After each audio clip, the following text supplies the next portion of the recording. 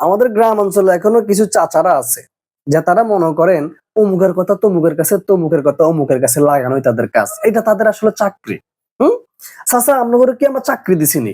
ও মা কি সুন্দর একজনের কথা আরেকজনের কাছে যে কইব, এরে শুনছস অমুক বাড়ির অমুকে তো অমুক পোলা তো মনে করে এক কামড়া করছে, তমুকের পোলা তো মাইয়াল্লাহ কথা কইতেছে, চমুকের পোলা সিগারেট খাইতেছে। বাবু রে বাবু কি একটা অবস্থা! এ চাচা আমরা কি চাকরি দিছিনি? হুম। আমরা কি আমি চাকরি দিছি যে আমার নামে এইসব এসব কন? বাবুরে এত চুলকানি কিলাম না গো। আপনি ঠিক আছে, আপনি এলাকার মুরব্বী হিসেবে আপনি শাসন করতে পারেন, স্বাভাবিক ব্যাপার। আপনি শাসন করেন, আপনি আদর করেন, আপনি যা করার করেন, বা স্বাভাবিক।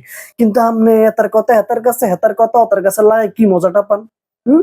এমন কিছু চাচা আছে যা তারা একজনের কথা আরেকজনের কাছে না খেলে তার পেটের ভাত হজম হয় না, এরকম বহুত আছে, প্রত্যেকটা গ্রাম অঞ্চলে আছে।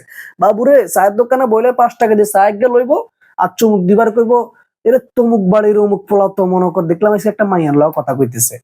আরে অমুকের মাইয়া তো পোলার লগে পলাই গেছে। বাবুরে আপনি যে পুরো এলাকার সব মাইয়া পোলার খবর লন, আপনার পোলা কি এর জানেন না? আপনার পোলা গাঞ্জা খেলার কোনো খবর নাই। হ্যাঁ, আপনার মাইয়া দোষগার লগে প্রেম করে এগুলো কোনো খবর নাই।